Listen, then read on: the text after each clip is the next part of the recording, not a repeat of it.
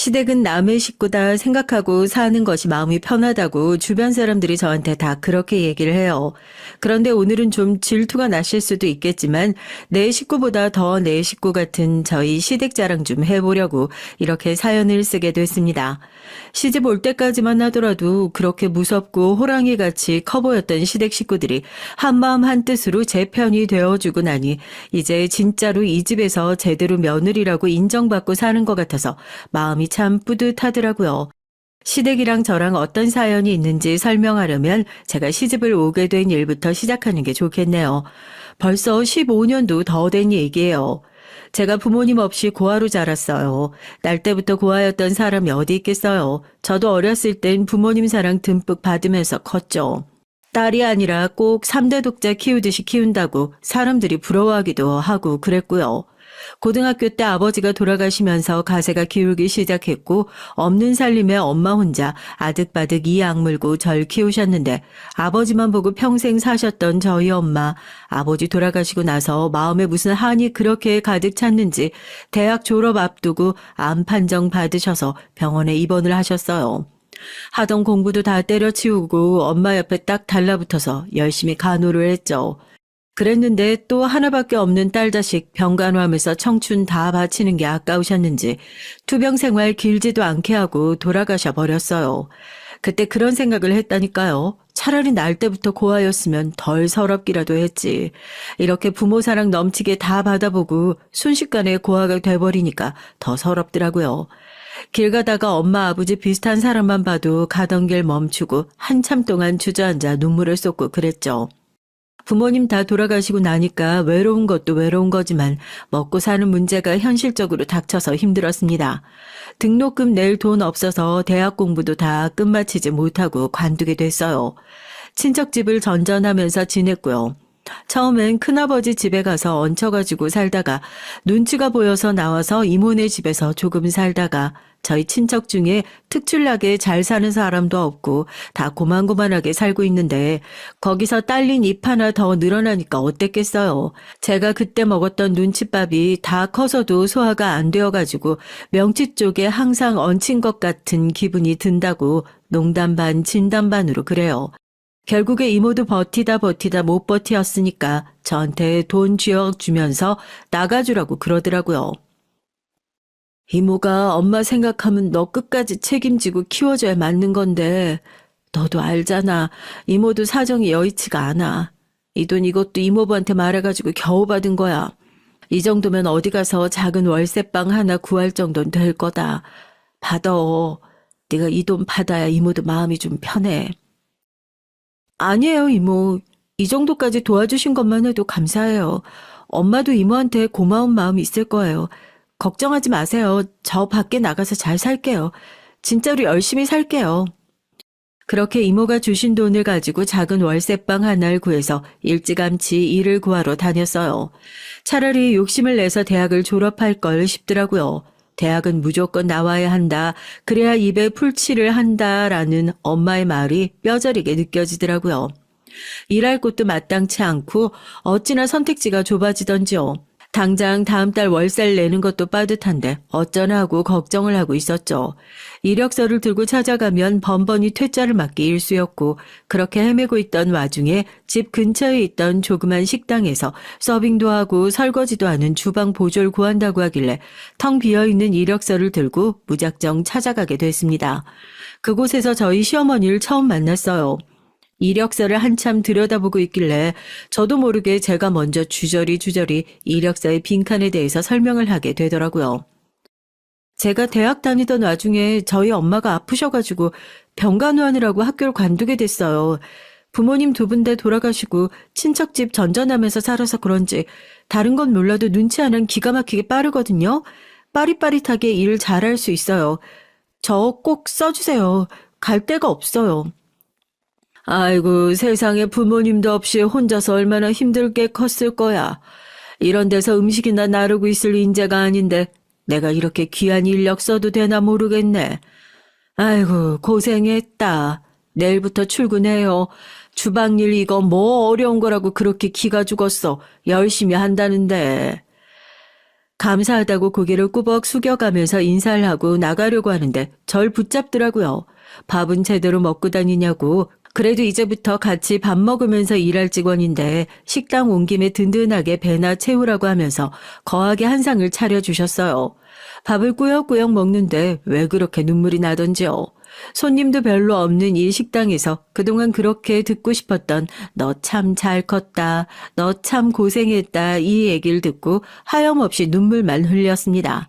밥만 얻어먹은 게 아니라 집 가서도 앞으로 잘 챙겨 먹으라고 반찬을 몇 통이나 싸서 제 손에 들려주셨어요. 그렇게 시작된 인연이었죠. 일을 참 열심히 했습니다. 그냥 인간적으로 이렇게 따뜻한 환대를 내가 또 받아볼 수 있을까 싶더라고요. 엄마 돌아가시고 나서 저도 엄마의 빈자리가 참 크고 뭐 좋은 거 있으면 우리 엄마가 살아계셨더라면 이런 거 저런 거 다 해주면서 지냈을 텐데 마음도 안 좋고 그랬었거든요. 왜 사람이 놀랄 때 엄마부터 찾잖아요. 1살, 2살 나이 먹어가면 엄마에 대한 그리움이 적어질 줄 알았는데 가슴에 묻어놓은 엄마가 순간순간 떠올라 서러운 순간들이 있었는데 어머님이 그 빈자리를 다 채워주셨어요. 제가 그 가게에서 한 3년 정도 일을 하면서 자연스럽게 오가는 시아버지와 남편과도 안면을 트고 지내기 시작했고요. 남편이랑은 어떻게 결혼을 하게 됐냐면요. 시어머니가 중매를 서주셨다니까요.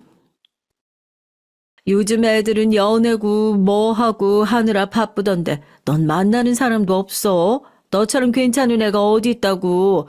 남자들이 단체로 눈깔이 삐었나 보다. 그러지 말고 우리 아들이랑 주말에 영화나 한 편 보고 와라.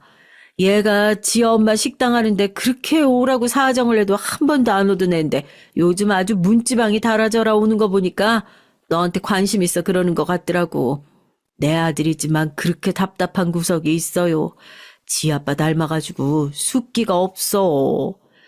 남편 첫인상이 정말 좋았거든요. 제가 다른 거 다 안 보는데 남자 인성을 봐가지고 늦게까지 시집을 못 갔었나 봐요.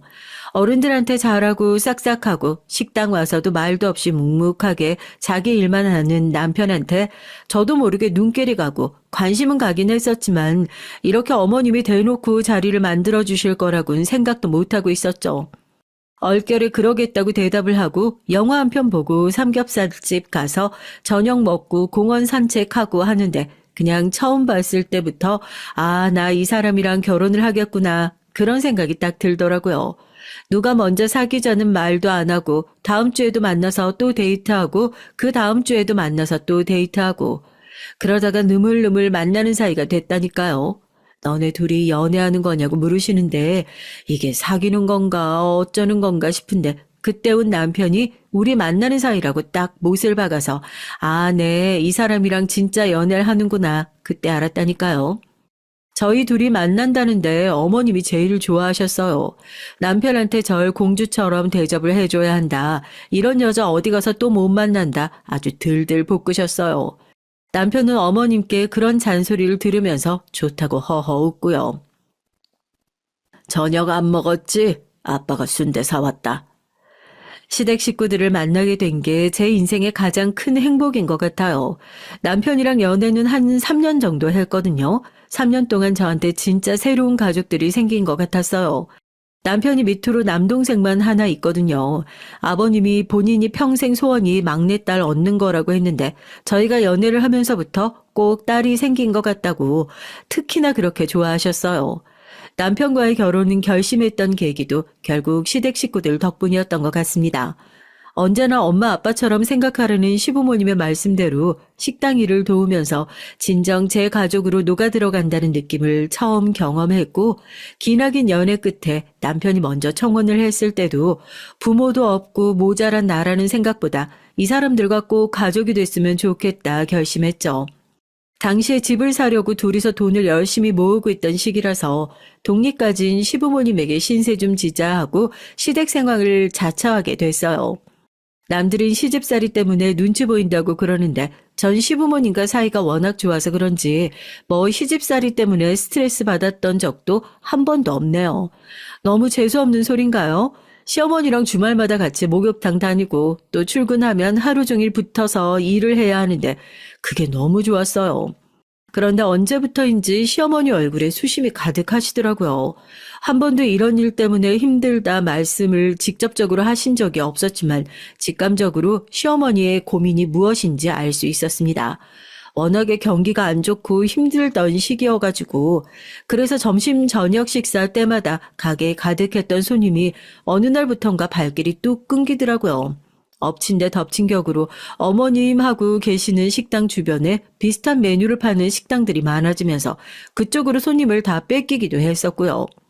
비싼 세 내면서까지 남들한테 음식 파는 일이 좋다고 힘들고 외로운 사람들 밥 한 끼 대접하고 응원해 주는 것이 좋아서 하는 일이라고 했던 시어머니지만 불경기를 극복하기엔 참 어려운 상황이었습니다. 하루는 시어머니가 일이 끝나고 집으로 돌아가려는 저를 붙잡고 할 얘기가 있다고 하시더라고요. 처음 꺼낸 말이 너 다른 일 알아봐라 그 소리였어요. 그 누구보다 싹싹하게 일 잘한다고 칭찬 많이 들었던 제가 이런 식으로 급작스럽게 시어머니에게 해고 통보를 받을 줄은 몰랐어서 퍽 당황했죠. 하지만 뒤이어 어머님께서 하시는 말씀을 듣고 이것조차 며느리를 정말 위해서 하시는 소리라는 걸 알게 됐지만요. 내가 이 자리에서 장사한 지가 벌써 30년인데 요즘에 참 고민이 많다. 사람이 매일같이 밥은 먹으니까 내가 굶어 죽을 일은 없겠구나 생각했는데 이러다가 너까지 붙들고 쫄딱 망하게 생겼어. 내가 아무래도 가게 이제 그만할 때가 됐나 보다 싶다. 너도 젊은 날에 여기 와가지고 얼마나 고생 많이 하면서 지냈어. 너까지 같이 힘들게 할 수는 없으니까 지금이라도 다른 일 얼른 찾아봐. 일이 정 싫다 하면 내가 가게 정리하고 돈 좀 보태줄 테니까 그 돈으로 지금부터라도 공부 시작해. 너 대학 못 마친 거 그거 맨날 아쉬워했었잖아. 이참에 일 쉬면서 대학 다니면 되지. 가족이 뭐겠어요. 힘들 때 힘이 되라고 아무리 고된 순간에도 그 손을 놓지 말라고 기대고 기운을 낼 수 있는 것이 가족 아니겠습니까? 심사숙고해서 어렵게 말을 꺼내셨을 시어머니 마음을 다 안다는 듯이 손을 붙잡고 제가 도리어 시어머니를 위로했어요. 어머니 걱정하지 마세요. 저 어머님 말씀하신 것처럼 아직 젊잖아요. 기회 많아요. 그래도 이 집 며느리로 시집 온 이상 저 혼자 잘 되는 일은 없었으면 좋겠어요. 어머님 무슨 뜻으로 저한테 그 얘기 해주셨을진 100번, 1000번 헤아리는데요. 저한테 시간 좀 주세요. 그래, 너도 갑작스럽게 일 관둬라 소리 들으면 당황스럽겠지만 하면서 어머님이 한숨을 푹푹 쉬시더라고요. 그날 퇴근하는 남편한테 연락해서 포장마차에서 소주 한잔 하자 먼저 얘기를 했어요. 제가 먼저 술 한잔 하자 소리를 절대 안 하니까 남편이 무슨 일이 있나 싶어서 깜짝 놀라가지고 달려오더라고요. 가락국수에다가 소주 한 병 시켜놓고 남편 잔을 따라주면서 말을 꺼냈습니다. 당신 내가 어머님 아버님 얼마나 좋아하고 감사하게 생각하는지 알고 있지? 오늘 어머님이 장사를 아무래도 접어야 할 것 같다고 가게 정리해야 할 것 같다고 그러시더라. 어머님 평생을 그렇게 밥 장사하면서 힘들게 사셨으니까 사실 일 관두신다 하면 기뻐해야 하는 일인데 그 소리를 하는 어머님 표정 당신이 못 봤잖아. 나 그 얼굴 보는데 마음이 찢어지더라고. 그거야 나도 잘 알지. 우리 엄마 식당 하면서 제일 기뻐라 했으니까. 어렸을 때 우리 엄마가 식모살이를 했었다고 하더라고. 엄마가 마음 편하게 밥 먹는 것이 얼마나 속 편한 일인지 아니까 당신은 그렇게 편하게 밥 못 먹고 살았어도 남들은 그랬으면 좋겠다고 식당 차린 거거든. 어머님이 식모 생활을 하셨다는 얘기는 못 들었었는데 그 얘기를 들으니까 그 조그맣고 손님도 많지 않은 가게에 어머님한테는 얼마나 큰 의미였는지 확 와닿더라고요. 그래서 더욱이 어머님의 그 작은 꿈을 제가 지켜드려야겠다 싶은 겁니다. 저도 큰 결심을 하고 소주를 입에 털어놓고 남편한테 그랬어요. 우리가 어머님 좀 지켜드리자고요. 남편이 이게 뭔 소린가 싶어 절 쳐다봐요. 여보, 우리 아직 젊잖아. 우리한텐 기회도 많고. 근데 어머님은 이제 사신 세월보다 남은 세월이 어쩌면 더 적을지도 몰라. 언제까지 이 식당 일 할 수 있을지도 모르고. 그러니까 우리가 이번에 한 번만 포기하자. 우리 집살이였고 모아둔 돈 그거 가지고 어머님 월세 걱정 안 하시게 가게 하나 차려드리면 어떨까 해서. 물론 모자라지. 지금 가게 정리하고 남은 돈 그리고 모자란 돈 당신이 대출 받아서라도 조금 메꿔줬으면 좋겠어. 그러면 적어도 어머님이 하고 싶은 일 포기하시는 일은 없을 거 아니야. 한 번만 우리가 희생하자, 응? 저한테도 큰 결심이었어요. 이제 슬슬 자녀 계획도 하고 아이도 낳고 좀 더 큰 집으로 이사 가고 독립해서 행복하게 사는 모습을 보여드리고 싶었으니까요. 식당 일 하면서 먹고 싶은 거 다 참아가고 사고 싶은 거 다 참아가면서 남편이랑 허리띠 졸라매면서 모아둔 돈이었습니다. 그런데 돈이라는 거요. 그거 있다가도 없고 다 쓰면 또 벌면 되는 거고 싶더라고요. 지금 당장 내가 큰 집으로 이사 가는 것보단 우리가 앞으로 몇 년간 좀 더 힘들게 살더라도 어머님을 지켜드리는 것이 맞겠다 싶어서 내린 결정이었죠. 남편도 제 뜻을 이해하곤 한참을 아무 말도 하지 못하고 고개만 푹 숙이고 있더라고요. 이사를 가자고 노래를 불렀던 남편이니까 제 일방적인 결정에 당황을 했나 싶어서 들여다보니까 남편이 소리도 못 내고 허벅지에 눈물만 뚝뚝 흘리고 있는 거 있죠? 깜짝 놀라서 휴지를 뽑아가지고 건네니까 남편이 겨우 진정을 하고 꺼낸 소리가 당신이랑 결혼하기 참 잘했다 그러는 겁니다. 그 소리 듣고 아 남편도 지금 나랑 같은 생각을 하고 있구나 하고 마음이 찡했어요.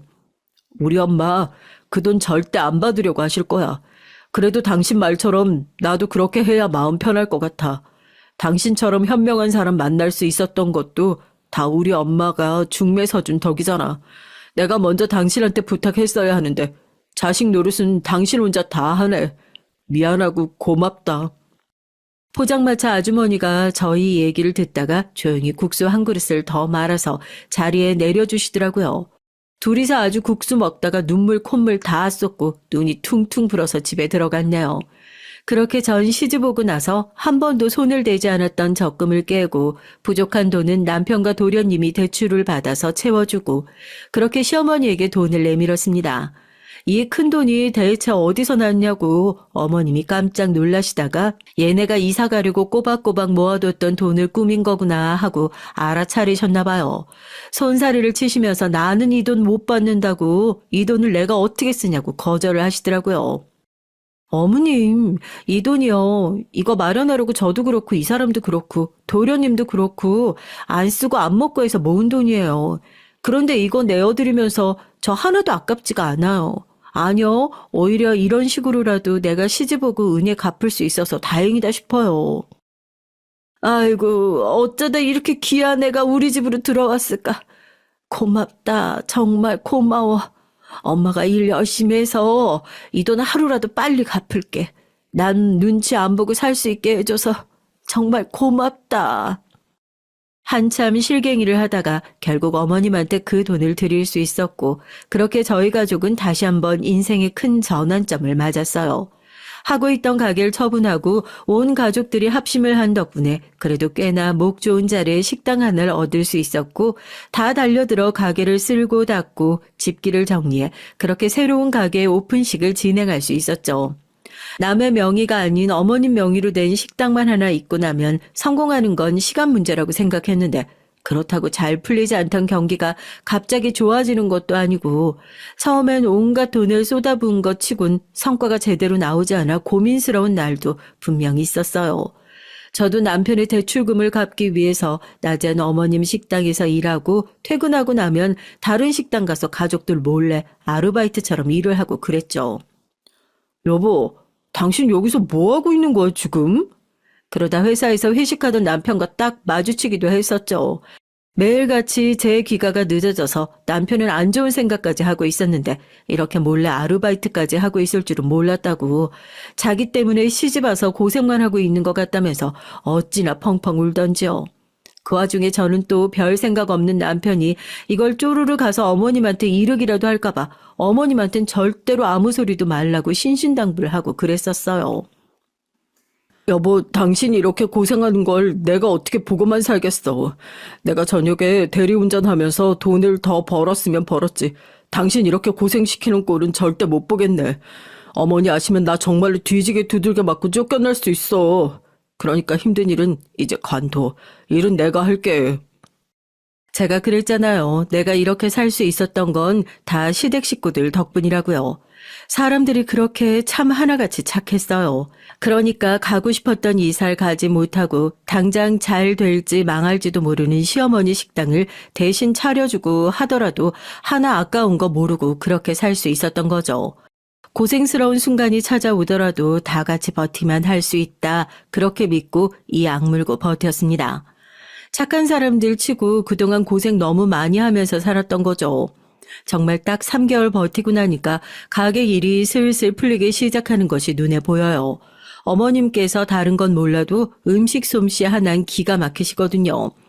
내 입맛에만 잘 맞아서 하는 소리가 아니라 정말 소문만 나면 손님이 미어 터지고도 남을 것 같은데 솜씨에 비해서 소문이 덜 나서 장사를 접는 거라고 생각했었는데 그게 정말 통하기 시작한 거예요.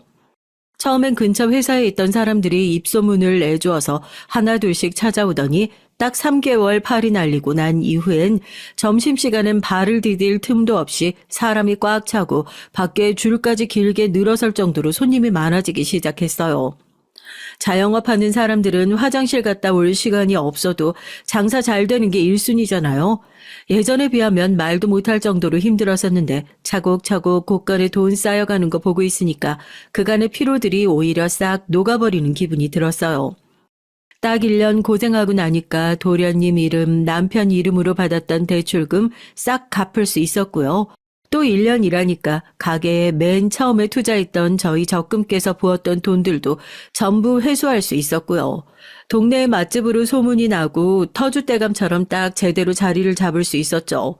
더군다나 도련님은 요즘에 만나는 여자가 생겼다면서 결혼 얘기를 넌지시 꺼내고 있는 상황이라 앞뒤 가리고 따지지도 않고 도련님 돈 먼저 제일 빨리 갚아드렸습니다. 제 평생 소원이요. 이놈의 장사 좀 대박나서 젊었을 때부터 식당에서 벗어나질 못했었던 시어머니 주방에서 졸업시켜드리는 거였는데 그 소원도 조금은 빨리 이루어질 수 있게 된 거죠. 장사가 너무 잘 되고 나니까 그동안 마음대로 쓰지 못했던 식당 이모들도 셋이나 쓰기 시작했고 줄 좀 안 서게 가게 좀 늘려달라는 손님이 하도 성하셔서 가게 확장 공사도 하고 시어머님 매일 방긋 웃으면서 카운터에서 손님들을 맞이할 수 있게 됐어요. 2호점, 3호점까지 가게가 어느새 3배로 불어나고 어머님은 이제 일 안 하시고 집에서 쉬셔도 된다고 얘기했는데도 사장 없는 가게는 오래 못 간다면서 매일 새벽까지 출근하시기도 했고요. 시부모님이 저만 보면 이런 복덩이가 없다고 네가 효부 중에 효부라고 칭찬을 어찌나 하시던지요. 그렇게 행복할 것만 같던 나날들이 이어졌습니다. 그 누구보다 착하게 살고 남을 위해서 산 인생이니까 그만큼 다 덕으로 돌아온 거라고 굳게 믿고 있었는데 그때부터 저에게 시련이 찾아오기 시작했어요. 처음엔 아이였죠. 결혼하고 나서부터 간절하게 기다렸었던 아이 소식이 끝끝내 저한텐 찾아오지 않았었고 불안한 마음을 가득 안고 산부인과에 검진을 가고 나서 의사 선생님에게 오히려 청천벽력 같은 소리를 듣고 말았죠. 근종 제거 수술부터 빨리 진행을 해야겠습니다. 다만 이 근종을 제거하고 나면 앞으로 자연적인 방법으로 임신은 어려우실 수도 있겠어요. 시댁에서 그렇게 분에 넘치는 사랑을 받으면서 나도 하루빨리 남편과 날 꼭 빼닮은 아이를 낳아서 받았던 사랑 다 돌려주면서 사는 사람이 되고 싶었는데 하늘도 참 무심하시구나 싶더라고요. 다 가진 사람한테 하나 빼앗아 가는 게 아니라 하나밖에 없는 사람 손 벌려서 이 하나를 뺏어가는 걸 보면 참 더럽게도 공평하구나 싶고요. 어머님 가게 오픈하고 나서 하루를 쉰 적이 없었는데 처음으로 몸이 안 좋다 하고 일을 쉬었어요. 그 소식을 듣고 가장 먼저 쫓아왔던 것도 어머님 아버님이셨고요. 어머님 아버님 죄송해요. 제가 이 사람 닮은 손주 하나 낳아드리는 게 소원이었는데 그게 안 될지 모르겠어요. 제가 정말로 얼마나 아기를 기다렸는데, 얼마나 기다렸었는데. 아이고, 얘 효선아. 우리 너 시집 오고 나서 너한테 그런 거 바랬던 적 단 한순간도 없어. 효선이 너만 건강하면 그만이지. 우린 그런 시덥잖은 꿈 꿔본 적도 없다. 효선이 너 안 아프고 그저 건강하게만 있어주는 게 그게 우리 소원이야. 아무 걱정하지 말고 일 좀 쉬자. 마음이 불안한 곳에 어떻게 복이 오래 머물 수 있겠냐.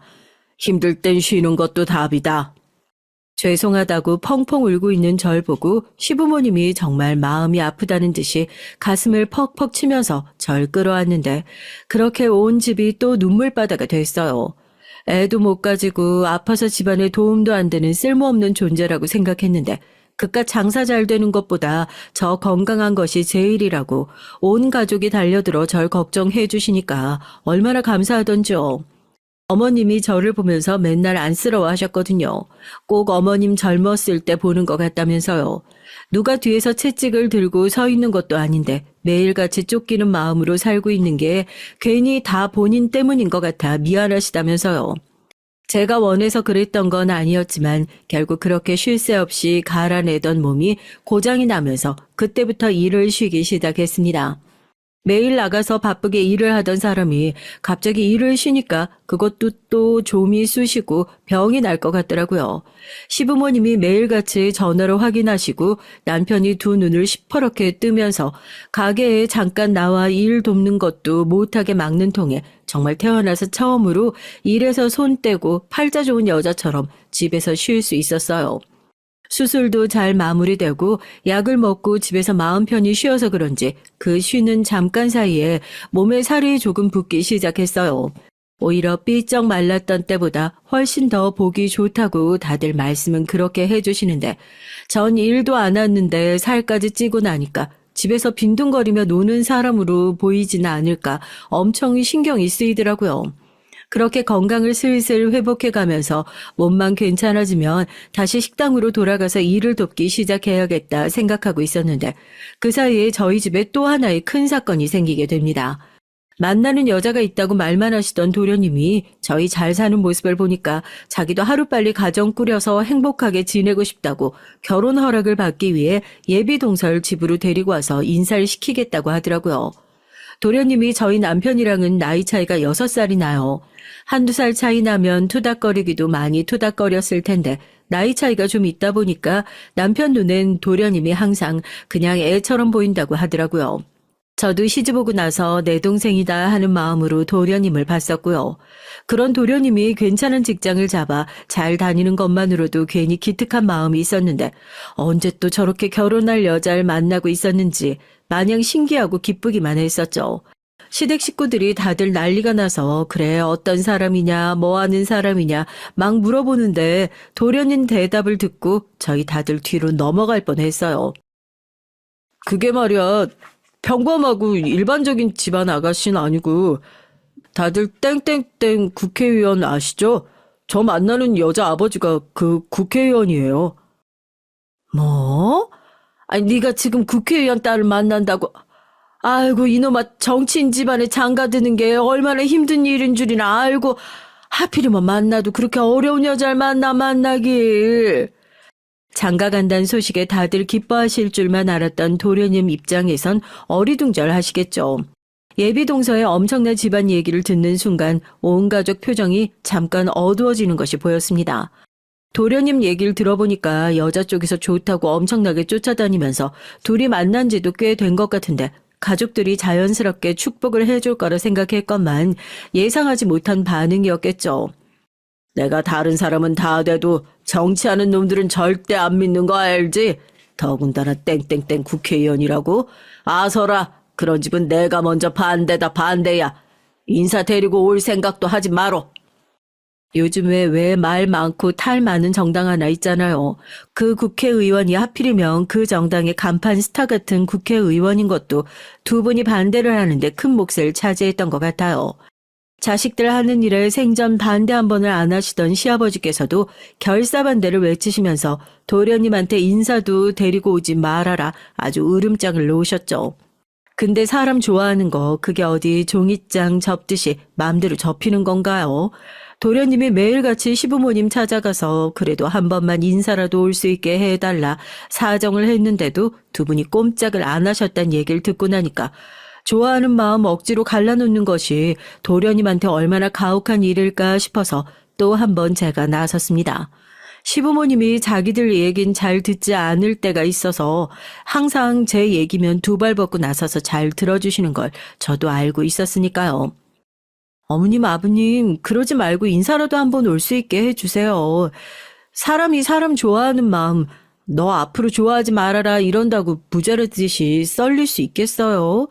옛날에 보면 집안에 상사병 걸린 환자 있으면 약도 없다고 낫지도 못한다고 하잖아요. 정치인 집안이라고 다 정치인처럼 사는 것도 아니고 다른 사람한테 기회도 많이 주시고 봐주시기도 제대로 봐주시면서 자식한테만 그렇게 가혹하시면 자식 마음이 병나요. 한 번만 불러주세요.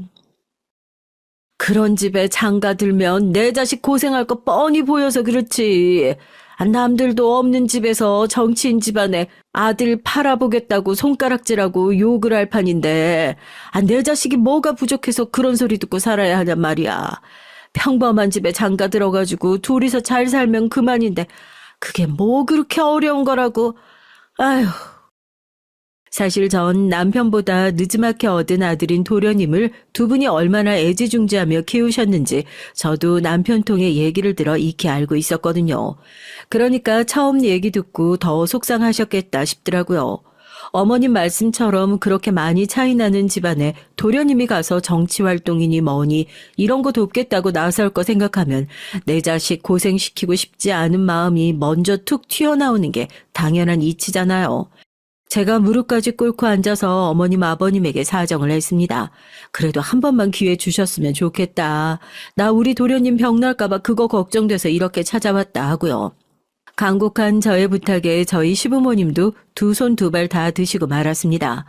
도련님을 불러서 어떤 사람인지 인사라도 한번 시켜라 얘기하셨고 제 덕이라는 걸 알고 있는 도련님은 감사하다며 눈물을 글썽이고 제 손을 붙잡았어요. 제가 뭐 들어오지도 않은 예비 동서 예뻐가지고 그랬겠어요. 그냥 오직 도련님 생각하면서 그랬던 거죠. 근데 이게 아주 제 무덤을 파는 짓이 될 줄은 꿈에도 모르고 있었네요. 사람 착한 도련님이 어련히 좋은 여자 잘 골랐을까 싶었는데 원래 꽃 근처엔 벌레가 꼬이는 법이잖아요. 도련님이 너무 착하게만 살아서 여자 보는 눈은 영 별로였나 봐요. 시부모님 허락도 받았겠다. 하루라도 빨리 예비동서 데리고 와서 인사시켜라 얘기를 한 지가 한참이 됐는데 뭐 언제 인사하겠다 언제 데리고 오겠다 말이 없는 겁니다. 큰맘 먹고 허락을 내려주신 시부모님도 대체 왜 데리고 와서 인사를 안 시키냐 말을 하시고요. 도련님이 가족들과 함께 밥을 먹는 자리에서 눈치를 보다가 슬쩍 말을 꺼내시더라고요. 인사 오는 거 간단하게 하면 어떻겠냐고요. 결혼 얘기 나오니까 그 사람 부모님도 그렇고 친구들도 그렇고 아직도 시댁에서 허락받고 결혼하는 사람 있냐고. 요즘은 그런 거 안 한다고 그러더라고. 요즘엔 자기들끼리 결정하고 부모님한테 통보하는 시대라고. 결혼식 입장할 때도 자기는 아빠 손 안 잡고 들어가고 신부 혼자 단독으로 입장하고 싶다고. 이 사람이 좀 독립적인 사람이라 그런지 인사는 올 건데 그러니까 좀 가볍게 하면 어떻냐는 거죠. 도련님 얘기를 듣고 가족들 속으로 다 저랑 똑같은 생각을 했을걸요. 벌써부터 저러는데 결혼하고 나면 잡혀 살 게 뻔히 보이는구나 하고요. 시아버지가 식사를 하시다가 숟가락을 탁 하고 내려놓고 결혼식은 뭘 하려고 그러냐. 아예 결혼식도 안 한다고 그러지 그러냐 하고 불편하신 기색을 내비쳤습니다. 저도 그 얘기 들었을 땐 잘 사는 집안 딸이라고 하더니 속으로 지금 우리 시댁 무시하고 있는 건가 싶기도 했었죠. 분위기가 영 불편하니 시어머니가 먼저 상황을 수습하셨어요. 시집 올 거면 우리 집안의 법도를 따르려고 드는 게 그게 예의 아니겠어? 네가 가서 얘기 잘 정리해. 시집 올 집은 사소한 문제 하나가 있더라도 가족들끼리 머리 맞대고 상의하고 존중하는 그런 문화라서 뭘 얼마나 신세대 같은 시댁을 바라는지 몰라도 예의 갖춰 인사는 와야 한다고. 도련님도 인사를 안 오겠다는 게 아니라 괜히 지레 겁부터 먹고 한 소리였다고 기분 상하시라는 소리는 아니었다며 수습을 하려고 나섰지만 이미 망가진 분위기가 어디 수습이 되겠냐고요. 예비 동선 인사를 오기 전부터 그렇게 집안을 시끄럽게 만드는 사람이었습니다. 제가 사정을 해서 자리를 만든 거긴 하지만 그 얘기 듣고 나니까 속으로 내가 잘못된 선택을 했을 수도 있겠구나 마음이 영 찜찜하더라고요. 시집을 오기 전부터 가족들을 대하는 태도에 영 문제가 있는 것 같았으니까요. 여보, 그 예비동서라는 사람 말이야. 정말로 어머님 말씀대로 영 차이나는 집안이면 어렵기도 한 게 맞는 것 같아. 벌써부터 저렇게 서방님이 휘둘리는 것 같은 모습 보여주니까 내가 나서서 자리 한번 만들어 달라고 얘기한 게 그게 맞는 일인가 싶기도 하고 괜히 고민스럽네. 당신이야 위하는 마음에서 그랬던 건데 오늘 하는 소리 들어보니까 나도 영 쎄하긴 해. 아무래도 얘가 너무 휘둘리고 살고 있는 게 아닌가 싶어가지고. 어쨌든 자기도 어른인데 이제 자기 행동이 책임질 나이잖아. 알아서 잘할 거야. 우리도 너무 걱정하지 말고 하려는 거 믿어주자고. 그날 집에 돌아와서 남편이랑 늦은 시간까지 잠을 이루지 못하고 도련님 걱정을 했어요. 벌써부터 저렇게 예비동서한테 끌려다니는 모습을 보여주는데 안 그래도 정치인 집안에 장가든다고 걱정 많으신 시부모님이 얼마나 더 걱정을 하시겠냐 하고요. 그 와중에도 괜히 도련님 마음이 안 좋을까 봐서 장문의 카톡을 남기기도 했습니다. 부모님께선 다 걱정되는 마음에 하시는 말씀이라 도련님이 저런 걱정 안 하실 수 있도록 제대로 준비해서 인사 오고 잘 마무리하며 되는 일이다 하고요. 아무리 요즘 시대에 결혼이 간소화됐다곤 하지만 그래도 최소한 지켜야 하는 절차 같은 것들이 있는 법이잖아요. 도련님도 제 말 듣고 이해를 하신 건진 몰라도 얼마 지나지 않아 집으로 예비동서를 인사시키겠다 말을 꺼내서 겉으로 내색은 못했지만 내심 안도하기도 했습니다. 그런데 예비동서가 집에 처음으로 인사 오는 날이요. 아주 대판 난리가 났어요. 제가 이곳에 사연을 쓰게 된 계기이기도 하죠. 그래도 집에 처음 인사를 오는 거고 뭐든 첫인상이 중요한 법이라고 하니까 어머님이랑 저랑 새벽부터 앞치마 둘러매고 오랜만에 식당이 아닌 시댁 부엌에서 아침부터 분주하게 식사를 준비했습니다. 저희 시어머니가요. 항상 며느리가 시집 오는 게 아니라 아들들이 장가가는 거다 그렇게 말씀하시거든요. 처음에 인사를 왔는데 제대로 상도 안 차려놓고 기다리고 있으면 괜히 시댁에서 무시받는 느낌 들고 그럴까봐 다른 건 몰라도 밥은 푸짐하게 잘 먹이고 가야 한다고 늘 강조하시던 분이라서 저도 어머님 힘들까봐 옆에 딱 달라붙어서 솜씨 발휘를 했죠. 그렇게 약속을 한 시간에 한 15분 정도가 지나고 나서 시댁의 초인종이 울리고 예비 동서를 처음 보게 됐습니다. 솔직히 얼굴만 봤을 땐 여간 세게 생긴 게 아니구나 속으로만 혼자 생각했었죠.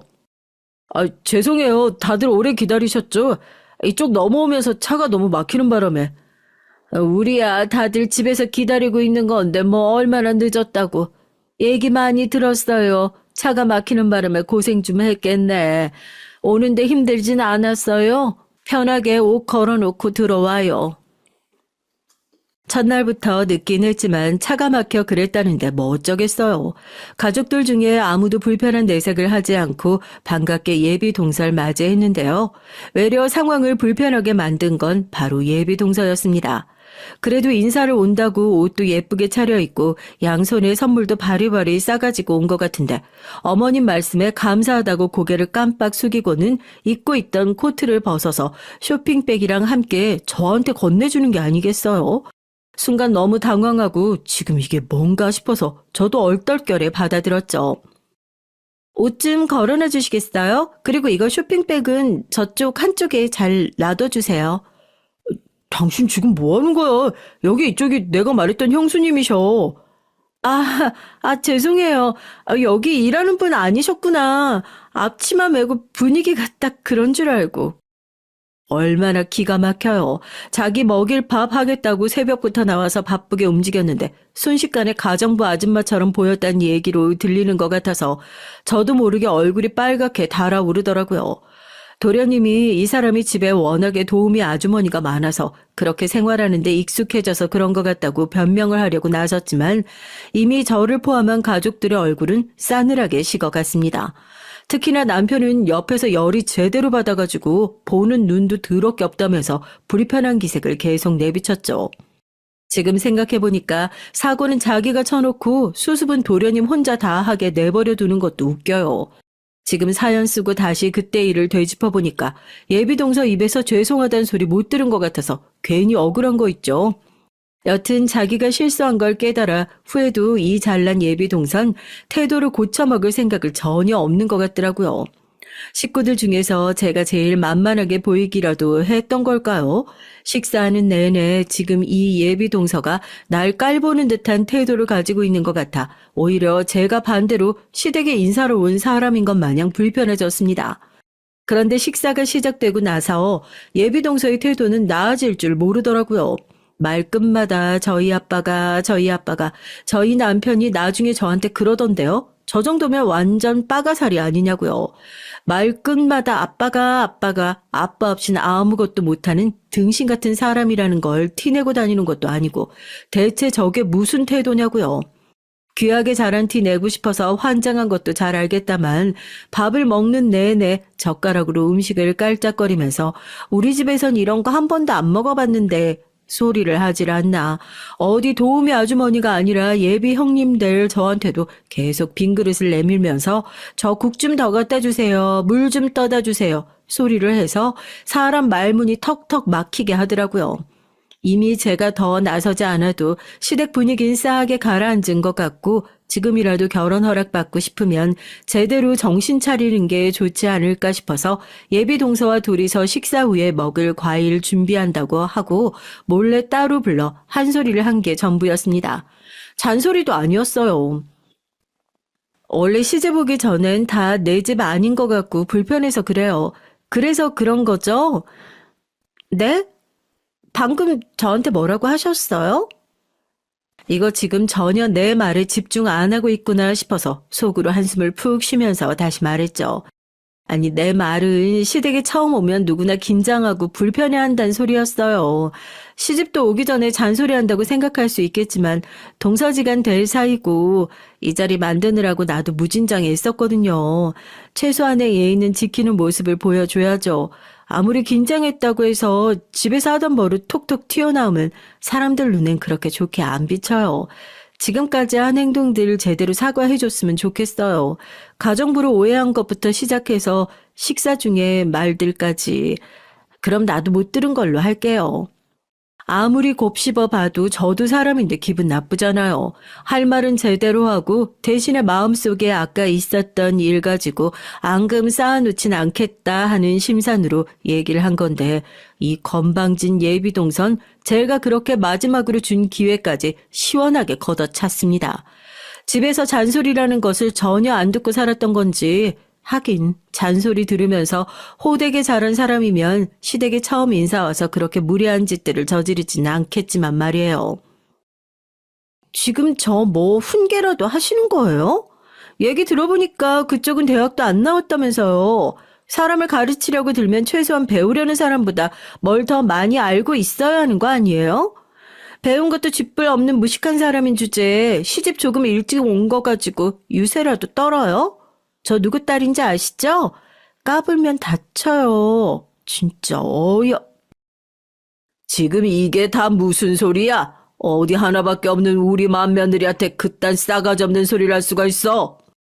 주방에서 저희 둘이 다투는 소리가 들리자 놀란 시댁 식구들이 한달음에 달려왔고 아주 목에 핏대를 세우면서 바락바락 저한테 대드는 예비동서의 모습을 보고 다들 혀를 내둘렀어요. 아직 분이 풀리지 않는지 씩씩거리고 있는 예비동서를 도련님이 겨우 떼놓았지만 시아버지의 불호령은 피할 수 없었죠. 다시 한번 말해봐라. 지금 우리 며느리한테 뭐라고 짓거렸는지. 배운 것도 없는 무식한 사람이 뭘 가르친다고 빠락빠락 대들길래 한마디 했어요.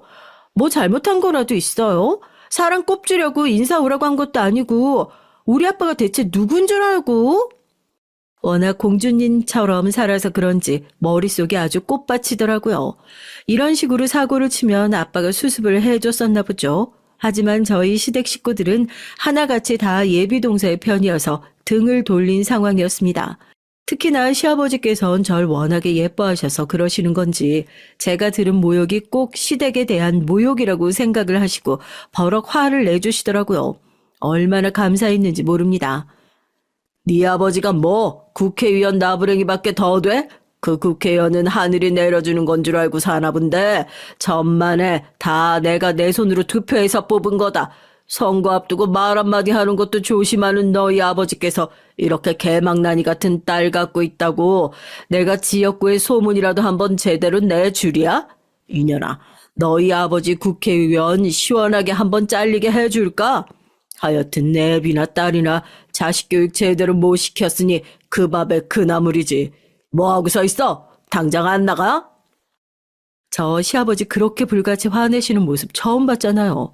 소리를 버럭버럭 지르시면서 화를 내시는데 또 자기 아버지 선거 얼마 안 남아서 표 소중한 건 알고 있었는지 그렇게 잘난 척 고개를 빳빳하게 들고 있던 예비동서도 찍소리도 못하고 입을 다물고 옆에서 저희 도련님은 예비동서의 머리통을 손으로 콱 누르면서 죄송하다고 대신 사과를 시키더라고요.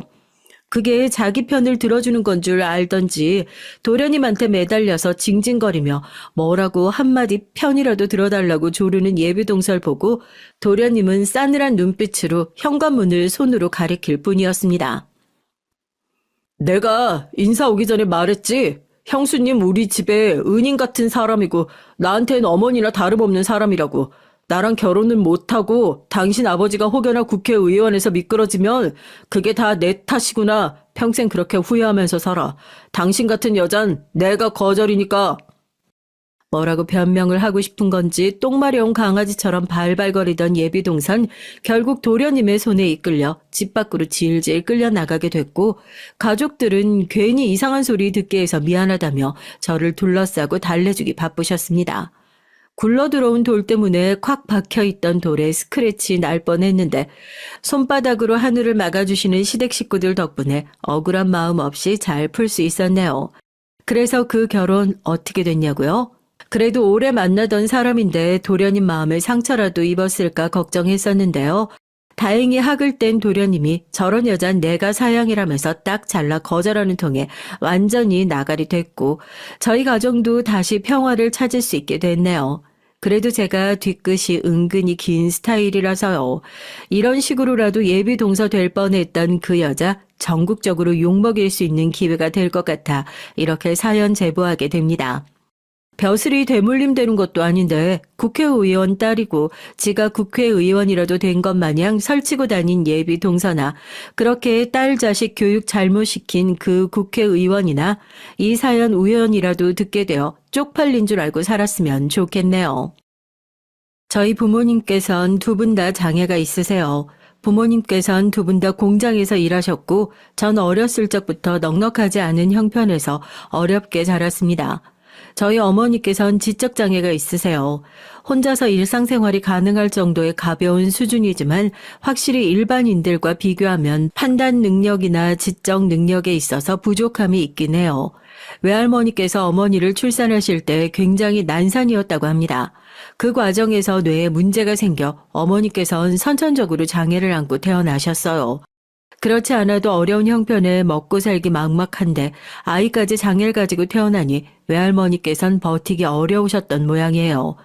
3살 배기였던 어머니를 두고 집을 나가셨다고 하더라고요. 혼자 남으신 외할아버지께서 어찌저찌 어머니를 키우시다가 도저히 혼자서 바깥일하며 장애 있는 아이까지 키우기엔 무리였는지 결국 어머니를 어머니의 할머니, 그러니까 제게는 증조 할머니 되시는 분께 맡기고는 종적을 감춰버리셨다고 했어요. 그 뒤로 어머니께선 증조 할머니 밑에서 자라셨습니다. 증조 할머니께서도 넉넉한 형편은 아니셨죠.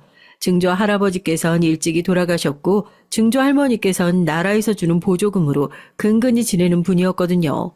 평범한 아이도 혼자서 키우시기 힘드셨을 텐데 장애를 가지고 있는 아이니 오죽 힘드셨겠어요. 어머니께선 학교에 들어갈 나이가 됐는데도 글조차 제대로 읽지 못했고 본인 이름은커녕 자음 모음도 쓰지 못했습니다. 물론 장애아에 대한 기본 지식이 없으신 증조 할머니 밑에서 자랐으니 제대로 된 교육을 받아볼 기회도 없었겠지만 타고난 지능이 남들보다 낮으니 무언가를 배우고 익히는 속도도 눈에 띄게 더뎠어요.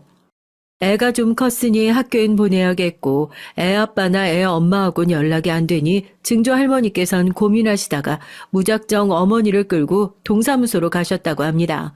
그곳에서 우연히 만난 복지사의 도움으로 어머니께서는 학교에 입학하시게 됐고요. 어머니께서는 아직도 처음 만났던 담임 선생님의 시선이 생생하게 기억이 나신다고 합니다. 마치 어머니를 짐승 마냥 쳐다보던 그 눈빛이 너무나 상처로 남아있다고요. 냄새나는 옷에 제대로 씻지 못해 때가 탄 얼굴, 머리칼, 더듬거리는 말투에 글자 하나 제대로 읽지 못하는 아이가 선생 눈엔 평범하지 않게 느껴졌을 수 있겠죠. 그렇지만 아이들을 가르치는 사람이 그렇게 사적인 감정으로 학생들을 대해서야 되겠습니까?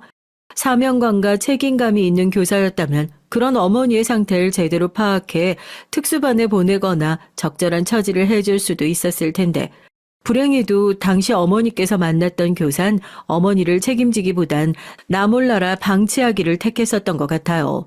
어머니께선 학교에 다니기는 했지만 사실상 거의 없는 존재 취급을 받으셨다고 해요. 친구들도 모두 어머니께는 말 한마디 걸지 않았고 어려운 형편에 도시락을 싸갈 수 없었으니 어머니께선 매일 점심을 쫄쫄 굶고 집으로 돌아가셨다고 합니다. 아무것도 모르는 증조 할머니께선 그저 학교에서 아이 밥을 먹이겠거니 생각하셨다고 해요. 나중에서야 내내 점심을 굶고 다녔다는 걸 알게 되시고는 김치에 김이나마 싸서 어머니 손에 쥐어 보내셨죠. 선생이나 친구들이나 모두 하나같이 어머니를 반기지 않았지만 어머니께서는 학교 생활이 꽤나 좋은 기억으로 남아있다고 하셨어요. 이전까진 증조 할머니와 함께 하루 종일 반 지하방에 틀어박혀 곰팡이 스른 벽지나 지나가는 벌레들을 관찰하는 게 가장 즐거운 일이었는데 학교에 입학하고 난 후론 매일같이 바깥에 나가고 새로운 것들을 보고 들으니 심심할 틈이 없었다면서요. 마음 터놓고 지낼 수 있는 또래 친구가 한 명 없지, 기댈 수 있는 든든한 어른 하나 없지, 누구보다 공평하고 학생들을 위해줘야 할 담임 선생님은 어머님을 방치하지. 증조 할머니께서도 그리 바람직한 장애아 양육자는 아니었으니 도저히 밝고 건강하게 자랄 수 있는 환경이 아니었는데도 저희 어머니께선 신기할 만큼 긍정적인 성격으로 자라셨어요.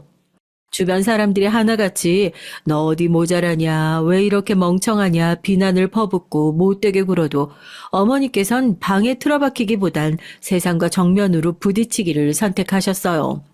중학교에 입학할 나이가 돼선 다른 친구들과의 지적 수준 차이가 두드러지게 나타났고 다행히도 중학교에서 처음 만난 담임교사가 어머니의 상태를 파악한 후 특수학급으로 배치를 해줬다고 했습니다. 게다가 어머니께선 그 나이 때까지 장애 등록이 안 되어 있었다고 하더라고요.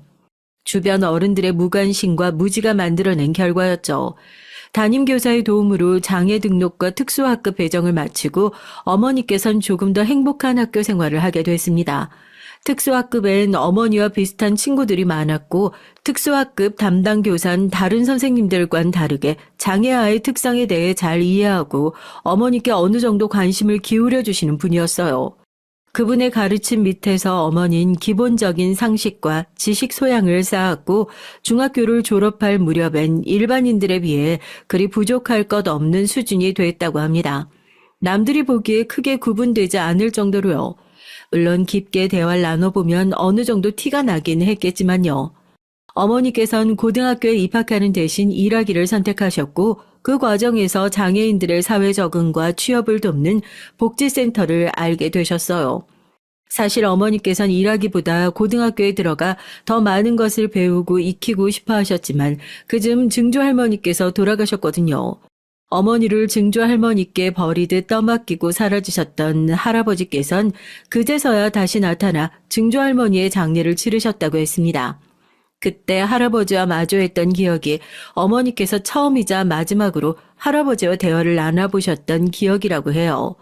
할아버지께서는 어머니께서 잘 자랐구나, 잘 지내라, 통상적인 얘기만을 남기고 장례 절차가 끝난 후 다시 바람같이 사라졌다고 하셨어요.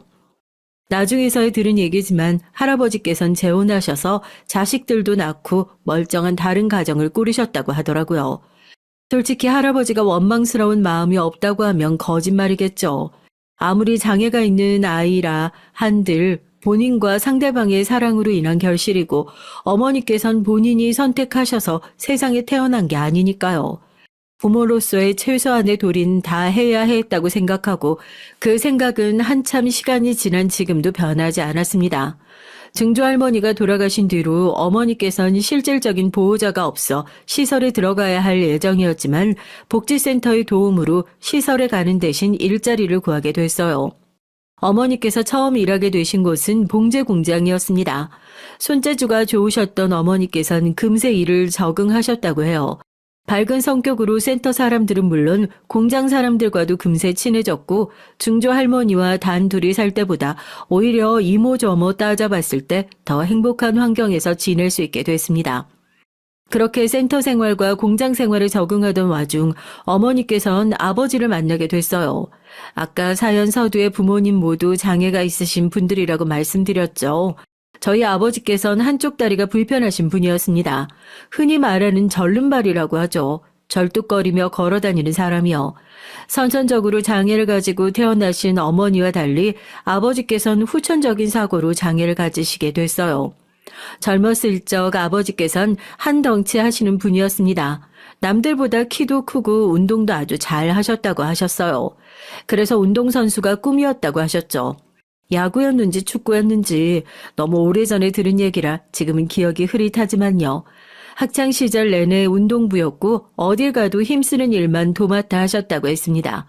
그러던 어느 날 친구와 운동을 하다가 발을 헛디뎌 크게 넘어졌고 그 와중에 왼쪽 다리를 심하게 다쳐 평생 다리를 저는 장애를 얻게 됐어요. 그날 이후로 아버지께서는 시리에 빠져 방에만 박혀 지내셨다고 했어요. 친구들도 많고 언제나 남들을 이끌고 다니는 성격이었지만 남들이 절름발이라 비웃을까 겁나서 밖에도 나가지 못하게 됐었고요. 왜 나한테만 이런 일이 일어났을까 세상이 원망스럽고 언제 어디서나 남들의 부러움을 한몸에 봤던 건강한 사람이었는데 한순간에 모든 사람들이 본인을 불쌍하다는 눈빛으로 쳐다보니 그 사실을 견디기가 몹시 힘드셨다고 합니다.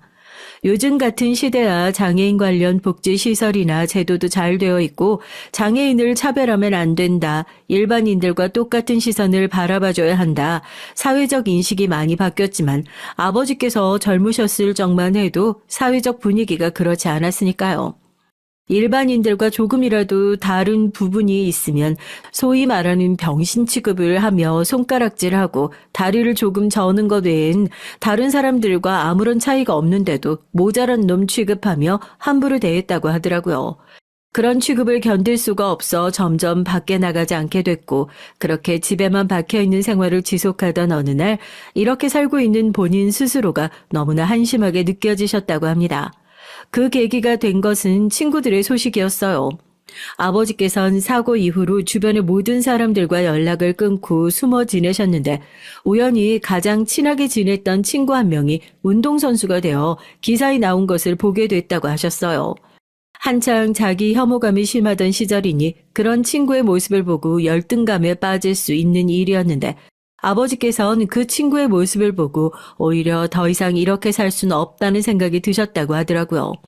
그날로 아버지께서는 자리를 박차고 일어나 장애센터로 향하셨다고 합니다. 그렇게 용기를 내서 찾은 센터에서 일자리를 구하게 됐고 아버지께서 처음으로 배정받은 곳은 작은 규모의 공장이었어요. 그곳에서 아버지께서는 기계 부품 조립 일을 하셨는데 평생 공만 만지고 운동하며 살아오신 분이었기에 영 손재주가 없고 꼼꼼하게 일을 하기 어려웠다고 합니다. 결국 얼마 지나지 않아 일을 그만두게 됐고 앞날이 막막했다고 했어요. 게다가 공장에서 같이 일하는 사람들도 하나같이 덩치는 멀쩡한데 사람 구실 못해서 어쩌냐며 듣기 싫은 소리만 늘어놓는 통에 그나마 쥐어짜내었던 용기가 다시 바닥을 치고 있던 중이었습니다. 센터 사람들과도 잘 지내지 못하는 건 마찬가지였고요. 언제나 밝은 성격으로 주변에 사람이 많았던 어머니와 다르게 아버지께선 몹시 무뚝뚝하셨거든요. 아버지와 어머니가 계셨던 센터엔 부모님처럼 비교적 증상이나 상태가 심하지 않은 경증 장애인들도 많았지만 혼자서는 일상생활이 어려울 정도의 중증 장애인들도 많았습니다. 그런 사람들을 보면서 아버지께선 속으로 그래도 나랑 저 사람들은 다르지. 나와는 다른 사람들이다 선을 딱 긋고 그들과 어울리고 싶지 않아 하셨다고 해요. 그렇게 센터에서 겉도는 아버지께 먼저 다가간 것이 바로 저희 어머니셨습니다. 물론 두 사람도 처음부터 쿵짝이 잘 맞아 급속도로 친해지지는 못했다고 해요. 아버지께서는 어머니께도 몹시 까칠하셨거든요. 아버지께선 지적장애가 있는 어머니를 속으로 무시하셨고 어머니께서도 혼자 겉도는 모습이 신경 쓰여 먼저 말을 건 것이었지 처음엔 아버지께 호감이 있거나 친해지고 싶은 마음이 큰 것은 아니었다고 했습니다. 그런 두 사람이 가까운 사이가 될 수 있었던 계기는 바로 일터였어요. 아버지께서 그만두신 기계공장 다음으로 배정받았던 곳이 바로 어머니께서 일하시던 봉제 공장이었거든요. 봉제 공장 또한 손재주가 필요하고 세심한 작업을 요구했기에 아버지께선 이번에도 일에 적응하기가 몹시 힘드셨다고 해요. 그렇지만 어머니의 도움으로 비교적 빠르게 일을 습득할 수 있었고 어머니께서 중간다리 역할을 잘 해주셨기에 전에 있던 공장과는 다르게 봉제 공장 사람들과도 잘 어울릴 수 있었다고 합니다. 그즈음 아버지의 어머니께서 돌아가시게 됐고 할머니의 장례를 치르면서 아버지께서는 어머니에게 몹시 고마운 마음이 드셨다고 해요. 할머니께서는 돌아가시며 아버지께 그래도 네가 살한 곳이라는 걸 보고 죽어서 다행이라며 앞으로도 기죽지 말고 어깨 쫙 펴고 살라는 유언을 남기고 가셨다고 합니다. 아버지께선 만약 어머니의 도움이 없었다면 할머니가 돌아가실 때까지 방에 처박혀 한심한 모습만 보여드렸을지도 모른다며 어머니 덕분에 일터와 센터 모두 적응도 잘하고 사람들과 다시 어울릴 수 있게 되었다 말씀하셨어요. 아버지께서는 어머니와 만나시며 지적 장애인에 대한 편견이 점점 사라지게 됐고 세상 누구보다도 따뜻하고 다정한 어머니에게 점점 마음이 열렸다고 합니다. 그렇게 두 분은 결혼을 하시게 됐어요. 물론 사랑으로 시작한 결혼이었지만 마냥 행복하진 않았습니다. 주변에선 모자란 것들끼리 결혼한다며 비웃는 사람들도 많았고 심지어 할아버지께서도 처음에 본인 아들 그러니까 아버지께서도 장애가 있는데도 어머니가 지적 장애인이라며 결혼을 반대하셨어요. 아버지께선 그런 할아버지께 남들 보기엔 나도 똑같이 장애를 가진 사람이다. 물론 장애의 정도 차이는 있겠지만 내가 이 사람보다 어디 하나 나은 부분이 있을 줄 아느냐. 이 사람 부족할 거 하나 없는 사람이다. 이 사람 덕분에 내 장애와 앞으로의 삶에 대해 진지하게 받아들일 수 있게 됐다. 내가 평생을 다해 고마워해야 할 사람이다. 진심을 가득 담아 설득하셨고 결국 할아버지께서도 고집을 꺾고 두 분의 결혼을 허락하시게 됐어요.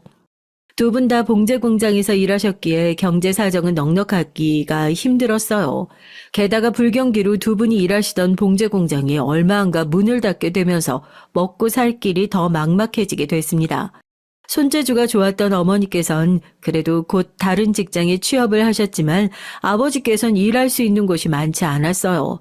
센터에서도 불경기라 취업 자리를 알선해주기 어려워했고 아버지께선 막막한 현실에 한동안 술독에 빠져 사시기도 하셨습니다. 어렸을 적 아버지의 모습을 떠올리면 항상 어머니를 윽박지르고 화내시고 혼자서 주방 식탁에 앉아 술을 마시는 모습이 생각나요. 아버지께선 술에 잔뜩 취해 어머니께 막말을 쏟아내기도 하셨고요. 어머니께선 평소엔 일반인들과 별 다를 바 없어 보이다가도 조금만 진지하거나 어려운 얘기를 꺼내면 앞뒤 상황을 이해하기 어려워하고 기본적인 개념이나 상식이 부족한 모습을 보이셨어요. 그럴 때마다 아버지께선 답답한 마음에 어머니의 지적장애를 다 알고 계시면서도 이런 쉬운 걸 몇 번이나 설명해 줘야 하냐며 화를 내셨습니다. 그럴 때마다 어머니께선 울며 아버지께 사과를 하셨어요. 미안하다, 죄송하다, 내가 모자라서 미안하다. 그런 두 분의 모습을 보며 자랐으니 당연히 전 아버지보단 어머니 편이었습니다. 어머니께선 지적장애가 있긴 하셨지만 제게는 전혀 부족한 어머니가 아니었어요. 어머니께선 운동회나 소풍이 있는 날이면 꼭 장을 직접 봐오셔서 제게 김밥을 싸주시곤 했습니다. 물론 어머니의 김밥은 파는 것에 비하면 모양이나 맛이나 어느 것 하나 내세울 것 없는 수준이었지만 전 어머니께서 낡은 플라스틱 그릇에 담아주시던 그 투박한 김밥이 참 좋았어요. 김밥을 싸시는 어머니 옆에서 내가 해보겠다며 발을 동동 구르면 어머니께서 제 손을 잡고 나물을 조물조물 묻혀주기도 하고 김밥을 돌돌 굴려주시기도 했습니다. 대단한 것은 아니었지만 전 그저 어머니와 무언가를 함께 한다는 것 자체가 좋았던 것 같아요. 어린 시절 친구들은 저희 어머니를 보고 너희 엄마 어디 모자란 것 아니냐며 짓궂게 놀리기도 했죠. 전 그런 친구들에게 화를 버럭 내며 우리 엄마가 너희보다 훨씬 똑똑하다며 소리를 질렀고 덕분에 친구들과 싸워 어머니께서 학교로 찾아오신 적도 있었습니다. 어머니께선 제 속도 모르고 친구들한테 사과하라며 연신 고개를 숙이시는데 너무나 속상했어요. 게다가 그 부모의 그 자식이라고 제게 막말을 했던 친구들 부모들도 저희 어머니 겉모습만 보고 무시하기 일쑤였거든요. 그렇다고 제가 마냥 착한 딸인 것만은 또 아니었습니다. 조금 더 나이가 차고 사춘기가 되었을 무렵엔 저도 어머니 속을 많이 썩였어요. 어려운 가정 형편에 장애가 있으신 부모님, 내 마음 하나 제대로 이해해주지 못하는 주변 어른들. 그 나이 땐 세상 모든 것이 다 믿고 원망스럽게 마련이잖아요. 어머니께 못된 말도 참 많이 했고 그러다 아버지께 뺨을 맞기도 했습니다. 제 말에 상처를 받고 방에서 혼자 우시던 어머니 모습이 아직도 기억이 나요. 지금에 와선 그 당시 행동들을 깊게 후회하고 있고 그렇게 생각하지도 않습니다. 아까도 말했듯 저희 어머니 아버지께선 제게 절대 부족한 부모님이 아니었으니까요. 성인이 되고 철이 조금 든 후엔 저희 가족은 몹시 행복했어요. 경제적으로는 넉넉하지 않았지만 항상 서로를 위하고 배려해주는 가족이었죠. 아버지께서도 새로운 직장을 구하신 이후론 술을 단칼에 끊으시고 일절 입에도 대시지 않으셨습니다. 전 성인이 된 후 작은 회사에 들어갔고 첫 월급으로 부모님과 함께 소고기를 먹으러 갔어요. 어머니께선 이렇게 비싼 식당에 와도 되는 거냐며 호들갑을 떠셨고 아버지께선 별 말씀 안 하셨지만 몹시 좋아하셨던 기억이 납니다. 앞으로도 돈 많이 벌어서 두 분 제가 꼭 호강시켜드리겠다 호언장담을 했어요. 그러나 그게 저희의 처음이자 마지막 가족 외식이 됐습니다. 그날도 평소와 다름없는 하루였어요. 전 아침에 일어나 어머니께서 차려주신 아침을 먹고 아버지와 어머니께 인사를 드리고 출근을 했습니다.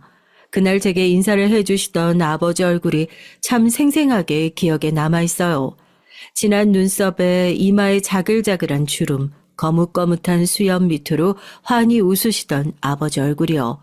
그 인사가 마지막 인사가 될 줄 알았더라면 한 번 더 안아드릴 걸, 조금이라도 더 오래 있다 나올 걸, 때늦은 후회를 하기도 했었습니다. 그날 아버지께선 일터에서 돌아가셨어요. 기계 사고였고 제때 응급처치를 하지 못해 병원으로 실려가는 도중 눈을 감으셨다고 했습니다.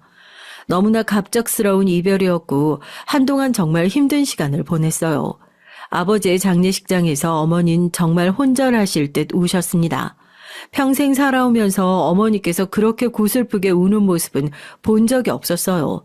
새로 구한 직장에서 모자라다며 구박을 받고 돌아오셨을 때도 아버지께서 술을 드시고 어머니께 폭언을 쏟아내실 때도 그렇게 기절할 만큼 꺽꺽대며 우시는 모습은 본 적이 없었어요. 이제야 조금 행복해지려던 참인데 하늘이 참 무심하더라고요. 그렇지만 마냥 세상을 원망하고 있을 수만은 없었습니다. 어머니와 전 세상에 단 둘이 남겨지게 됐고 어머니를 위해 조금 더 단단해져야만 했으니까요. 어머니는 아무리 나이 드셔도 언제나 소녀 같은 분이셨어요. 항상 순수하고 때묻지 않은 마음으로 살아오셨고 나보다 주변 사람들을 먼저 챙기는 천사표였습니다. 그런 어머니 곁에도 어머니처럼 좋은 사람들만 있으면 참 좋으련만 세상이 어디 그렇게 녹록한가요? 부족한 부분이 있는 사람, 아픈 곳을 쑤셔 어떻게든 등골을 빼먹으려고 못된 놈들이 꼭 존재하기 마련이잖아요.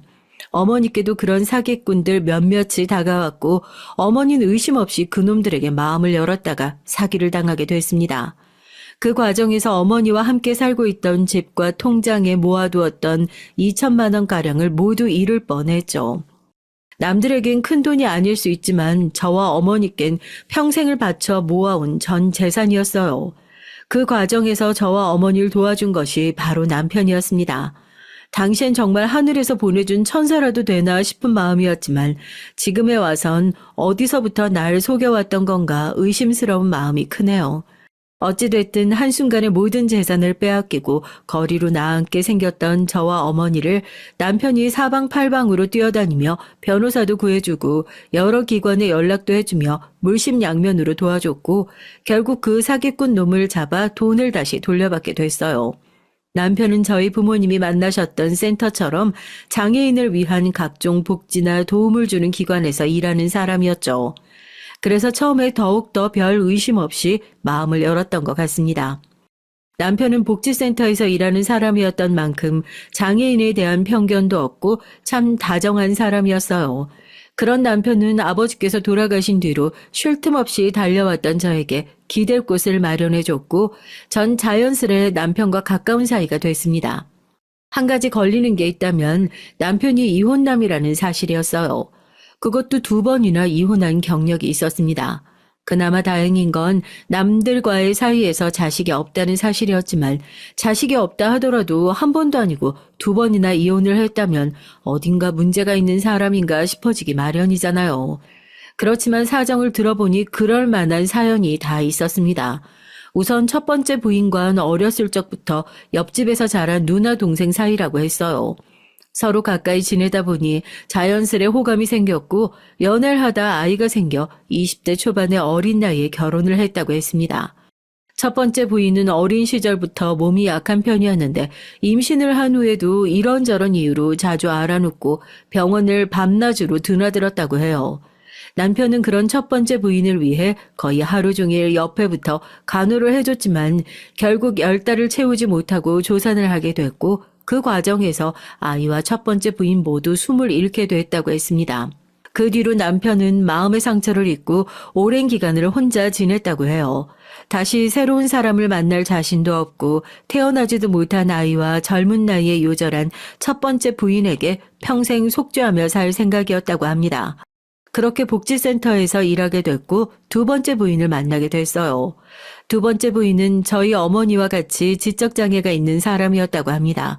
처음에 센터 직원과 상담자 사이로 만났지만 자주 마주치고 대화를 나누다 보니 마음이 잘 맞는 사람이라는 생각이 들었다고 해요. 그렇지만 이 감정이 이성적인 호감인지 그저 어려운 상황에 처한 사람에게 드는 동정심인지 구분이 잘 가지 않았다고 합니다. 게다가 주변에선 어려운 사람을 돕는 것과 그 사람과 가족이 되는 건 완전히 다른 일이라며 순간의 감정에 휩싸여 잘못된 선택을 하지 말라 다들 남편을 말렸다고 해요. 남편 또한 전 부인에게 호감이 있긴 했지만 결혼하기까지 많이 망설여졌다고 했습니다. 그렇지만 결국 남편은 전 부인과 결혼을 했고 주변의 걱정과 만류와는 달리 둘은 아주 행복했다고 해요. 그렇지만 남편의 행복한 신혼생활은 이번에도 오래가지 못했습니다. 아까 제가 세상에 착한 사람들만 있으면 참 좋으련만 꼭 남의 부족하고 아픈 부분을 건드려서 등골까지 빼먹으려는 나쁜 놈들이 있다는 얘기 했었죠. 남편의 전 부인 곁에도 그런 못된 놈들이 다가왔던 모양이에요. 당시 남편의 전 부인은 센터의 도움으로 취업 자리를 구해 작은 회사에서 간단한 서류 업무를 하고 있었어요. 지적으로 문제가 있는 사람이었지만 단순 반복 노동에 가까운 일이었기에 별 문제 없이 수월하게 일했고 별 문제 없이 오래 근무하며 회사 사람들과도 자연스레 가까워졌다고 합니다. 그중 회사에 불만을 품고 있던 직원 한 명이 남편의 전 부인에게 접근해 사기를 쳤고 결국 전 부인은 그 말을 넘어가 직장도 잃고 그동안 차곡차곡 모아두었던 돈을 전부 잃어버렸다고 하더라고요. 남편은 그런 전 부인에게 괜찮다며 몇 번이고 그녀를 달래줬지만 전 부인은 스스로 비관하다가 그런 상황을 견디지 못하고 결국 차에 뛰어들어 자살을 했다고 했어요. 너무나 충격적인 얘기였기에 처음 이 얘기를 전해 들었을 땐 어떻게 대답을 해줘야 할지 말문이 턱 막혔죠. 남편은 오랜 시간이 지난 일이라 지금은 어느 정도 덤덤해졌다며 괜찮다 말했지만 이런 상처가 있는 사람을 내가 보듬어 줄 수 있을까 싶은 생각이 들더라고요. 지금 와서 생각해보면 참 쓸데없는 걱정이었지만 말입니다. 그래도 한땐 진심으로 믿고 사랑했던 사람인데 이젠 그 믿음이 송두리째 뽑혀 가루가 되어버렸으니 어찌됐든 당시에 전 그런 남편의 상처를 치료해주고 곁에 머물고 싶다는 생각을 했어요. 그래서 남편과 결혼을 결심하게 됐습니다. 복지센터 사람들과 과거에 그런 상처를 입은 남편이 또다시 복지센터에서 만나 여자와 결혼을 한다니 다들 의외라는 반응이었지만 참 오만하게도 그 여자와 달리 남편을 행복하게 해줄 수 있을 거라 착각을 하고 있었어요. 그렇게 남편과 전 결혼 후 저희 어머니를 모시고 셋이서 함께 살기 시작했습니다. 어머니께선 복지센터에서 연결해준 급식소에서 일을 하고 계셨어요. 나이가 드시면서 섬세한 작업을 하시기 점점 힘들어졌거든요. 물론 급식소 일도 체력적으로 그리 녹록지 않은 일이었지만 어머니께서는 어려운 형편의 사람들에게 밥을 나눠주는 일 자체에서 뿌듯함을 느끼시는 것 같았습니다. 그런 어머니의 모습을 보며 저도 굳이 일을 그만두시라, 옮기시라, 이래라 저래라 말씀을 드리진 않았었는데 결혼 후 남편은 어머니께서 체력적으로 힘드실 것 같다며 급식소 일을 그만두시고 센터에서 간단한 서류 업무를 도와주시면 좋겠다고 하더라고요. 남편이 센터에서 일하고 있었기에 어찌 보면 낙하산으로 편한 일을 할 수 있게 된 셈이었고 어머니께선 약간 아쉬워하시는 눈치이긴 했지만 어머니께서 한번 크게 사기를 당하신 뒤로 저도 걱정이 좀 되던 참이었기에 남편의 말대로 일터를 옮기게 됐어요. 그때부터 조금씩 이상한 낌새가 시작됐죠. 저 또한 따로 직장이 있었기에 매일 아침부터 출근해 저녁 늦게 집에 돌아왔고 남편이 어머니와 같은 일터에서 일하다 보니 저보다 어머니를 잘 챙겨줄 것이라 막연하게 생각했습니다. 복지센터에서 일하기 시작한 뒤로 어머니께선 묘하게 지쳐 보이셨어요. 그저 새로운 일에 적응하려니 힘드신가 싶었고 무슨 일이 있냐 여쭤봐도 어머니께선 고개만 저으셨습니다. 남편이 일하던 복지센터는 작은 규모의 기관이었는데 국가에서 관리하는 공익기관은 아니고 사설복지재단 같은 곳이었어요. 시어머니, 시아버지, 그리고 시누이 한 명까지 전부 그 센터에서 함께 일을 하고 있었습니다. 때문에 당시에 전 시댁 식구들 모두가 은인 같은 존재들이었어요. 사기를 당해 당장 거리에 나앉게 생겼던 저와 어머니를 도와줬고 남편과 결혼하면서 제 인생의 안정감과 행복까지 가져다 준 사람들이라고 생각했으니까요. 특히 전 시댁 식구들 중에서도 시누이와 빠르게 가까워졌어요. 시누이는 저와 동갑이었거든요. 게다가 장애를 가진 사람들에게 누구보다도 기쁜 마음으로 봉사하는 사람이었어요. 그래서 그 나이까지 결혼도 하지 않고 혼자 살고 있었고요. 어렸을 적부터 앞만 보고 열심히 달려오느라 제대로 된 또래 친구 한 명도 사귀지 못했던 저에게 시누인 꼭 친구처럼 다정하게 다가와줬고 전 얼마 지나지 않아 제 마음속 깊은 곳에 있는 얘기까지 다 털어놓을 정도로 시누이를 신뢰하게 됐습니다. 제가 하루 종일 어머니 곁에 붙어 있지 못하니 어머니가 많이 걱정되기도 했는데 시누이가 항상 어머니 식사며 이것저것 챙겨주며 제게 인증사진을 보내주기도 하고 오늘 센터에서 이런 일이 있었다며 얘기를 전해주기도 했어요. 그런 시누이에게 참 고마운 마음이었고 내가 무슨 복이 있어 이런 시댁 식구들을 만났나 싶었습니다. 제가 생각하기엔 전에 계시던 급식소보다 일도 훨씬 편하고 주변에 챙겨주는 사람들도 많으니 어머니 성격상 우울하거나 힘들어하실 일이 전혀 없을 텐데 이상하게 어머니께선 날이 갈수록 말씀이 없어지셨어요.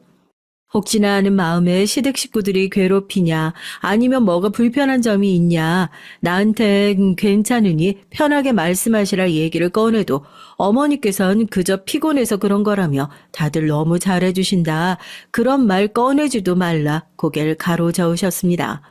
그렇지만 전 의심을 쉽게 거두기 힘들었어요. 사람들과 어울리는 걸 그렇게도 좋아하시는 분이 아무리 시간이 지나도 시댁 식구들과는 편하게 지내시는 것 같지 않더라고요. 제 앞에선 분명 시누이가 어머니를 알뜰살뜰 챙겨주시는 것 같고 남편도 자나깨나 센터 사람들과 어머니 그리고 제 걱정을 해주고 그런데도 어머니께선 결혼한 지 한참이 지났는데도 남편에게 여전히 존댓말을 사용하시고 묘하게 시댁 식구들을 어려워하는 눈치였습니다. 어머니가 아무리 괜찮다고 말씀하셔도 전 어머니를 평생 동안 봐왔잖아요. 아무래도 제게는 말씀을 하지 않으실 것 같다는 생각에 다른 센터 직원에게 몰래 부탁을 했어요. 부탁이라고 해서 거창한 건 아니고 평소에 어머니께서 센터에서 일하실 때 어떤 느낌인지 살펴달라는 말이었습니다. 그렇게 일주일이라는 시간이 지나고 직원에게 다시 그 얘기를 꺼냈을 때 직원은 대수롭지 않다는 듯 별 문제 없다는 말을 전해왔어요. 남편과 시누이는 제 생각처럼 어머니를 알뜰살뜰 잘 챙기고 어머니도 큰 어려움 없이 일에 적응하고 잘 지내고 계시다면서요. 물론 다행이었지만 그래도 어딘가 찜찜한 마음은 지울 수가 없었습니다. 어머니께서 아무런 문제가 없으신 분이라면 또 모르겠지만 겉으로 보기엔 멀쩡해도 일반인들과는 확실히 차이가 있었으니까요. 정신적으로 남들보다 단단하지 못하기에 남의 말에 쉽게 휘둘리기도 하고 잘못된 인식을 가지기 쉽기 때문에 걱정이 더 많이 들었어요. 소위 말해서 그런 행위를 가스라이팅이라고 하죠. 혹시 여러분께선 가스라이팅이라는 개념에 대해서 알고 계신가요? 가스라이팅이란 타인의 심리나 상황을 묘하게 조작해서 그 사람의 현실감과 판단력을 잃게 만들고 그런 행위를 통해 타인의 행동을 통제하는 것을 말합니다. 이는 정신적 학대의 일종으로 연인 사이나 부모 자식 간의 관계 등 주로 가깝고 친밀한 사이일수록 많이 일어나는 일이에요. 지적으로 아무 문제가 없는 멀쩡한 사람들도 쉽게 당할 수 있는 일인데 특히 정신적으로 문제가 있는 우울증 환자들이나 지적 장애인들은 훨씬 취약할 수밖에 없는 일이죠. 넌 내 말을 들어야 돼. 나 말고 다른 사람들은 모두 나쁜 놈들이고 나만이 널 위하는 사람이야. 이런 말들을 지속적으로 듣다 보면 판단 능력이 멀쩡한 사람들도 자기도 모르는 사이에 가스라이팅에 당해 넘어갈 수 있어요. 본인이 어떤 취급을 받는지에 대한 객관적인 판단이 안 된다는 뜻입니다. 전 혹시 시댁 식구들이 남들이 보는 앞에서만 어머니께 친절한 척 굴고 뒤로 이런 식으로 어머니께 나쁜 생각을 심어주고 있는 거 아닌가 하는 생각이 들었어요. 그래서 제가 어머니께 혹시 무슨 일이 있냐, 시댁 식구들이 괴롭히냐 여쭤봐도 쉽게 말씀을 꺼내시지 못하나 싶었습니다. 솔직히 말하면 그런 생각을 하면서도 시댁 식구들에게 미안한 마음이 컸어요. 그 당시 어머니뿐만 아니라 저 또한 시누이, 남편을 비롯한 시댁 식구들에게 정서적 경제적으로 큰 의지를 하고 있었고 나와 어머니한테 그런 큰 은혜를 베풀어준 사람들에게 이런 생각을 가진다는 것 자체가 아주 나쁜 짓처럼 느껴졌거든요. 저 또한 그들에게 저도 모르는 사이에 가스라이팅 당하고 있었던 것이죠. 그렇게 의심만 품고 제대로 확인은 해보지 못한 채 시간이 흘러갔습니다. 전 그 사이 직장 일로 바빴고 점점 시댁 식구들과 그런 생활에 익숙해져서 부끄럽게도 어머니를 잘 돌보지 못했어요. 제가 무신경해했던 동안 어머니께서 그 사람들 사이에서 어떤 취급을 받으며 어떤 고생을 하셨을지 지금 생각해도 가슴이 미어지는 기분이에요. 지금도 제가 가장 후회한 건 어머니께서 그 상황에서 제게 간신히 내밀었던 SOS 신호를 가볍게 여기고 넘어갔다는 사실입니다. 그날도 평소처럼 마찬가지로 직장에서 전쟁 같은 하루를 보내고 밤늦게 집에 돌아왔는데 웬일로 남편은 없고 어머니 혼자 집에 계시더라고요. 어머니께 저녁은 드셨냐 가볍게 안부를 묻고 남편은 왜 집에 없냐 여쭤보니 오늘은 센터에 일이 많아 늦게 올 거라고 답하셨어요. 그러냐고 대수롭지 않게 대꾸하고 피곤해서 먼저 씻고 자겠다 방에 들어가려는데 어머니께서 앞으로 계속 남편하고 셋이 함께 사냐고 물어오셨습니다. 갑작스런 질문에 왜 그러시냐 싶긴 했지만 아마 그럴 것 같다. 혹시 나가서 살고 싶으시냐 되물었어요. 어머니께선 당황하신 눈치로 그런 거 전혀 아니라며 남편에겐 본인이 이런 말을 했다는 사실을 말하지 말아달라고 부탁했습니다. 조금 이상하게 느껴졌지만 그날은 너무나 피곤하기도 했고 한시라도 빨리 씻고 잠에 들고 싶은 생각뿐이었기에 알겠다 답하고 그대로 방 안으로 들어가 버렸어요. 지금 와서 떠올리면 어머니께서 그 질문을 꺼내시기까지 얼마나 많은 고민을 하셨을지 제 무관심한 태도가 어머니께 얼마나 상처가 되었을지 너무나 죄송한 마음뿐입니다. 그렇게 얼마간의 시간이 흐르고 사건이 터졌어요. 어머니께서 센터에서 일하시던 와중에 갑자기 쓰러져 혼수 상태가 되신 거예요. 직장에서 일하던 와중 그 소식을 듣고 너무나 놀라 자리를 박차고 일어나 병원으로 달려갔죠. 병원에선 이미 시댁 식구들이 모두 와 있었고 전 엉엉 울며 이게 도대체 어떻게 된 일이냐, 어머니께서 왜 갑자기 쓰러지신 거냐 남편에게 물었습니다. 그러나 당연히 저처럼 어머니를 걱정하고 있을 줄 알았던 시댁 식구들은 모두 덤덤한 표정이었어요. 미친 사람처럼 오열하는 제게 유난 떨지 말라며 다른 환자들에게 방해되니 조용히 하라고 혀를 차더라고요. 전혀 예상하지 못했던 반응에 놀라 울음도 멈출 지경이었습니다. 어머니께서 혼자 계단을 내려가시다가 굴러 떨어지셨어. 머리 부딪혀서 일어나시기 힘드실 거라고 하더라고. 뭐? 계단에서 굴러 떨어지셨다고?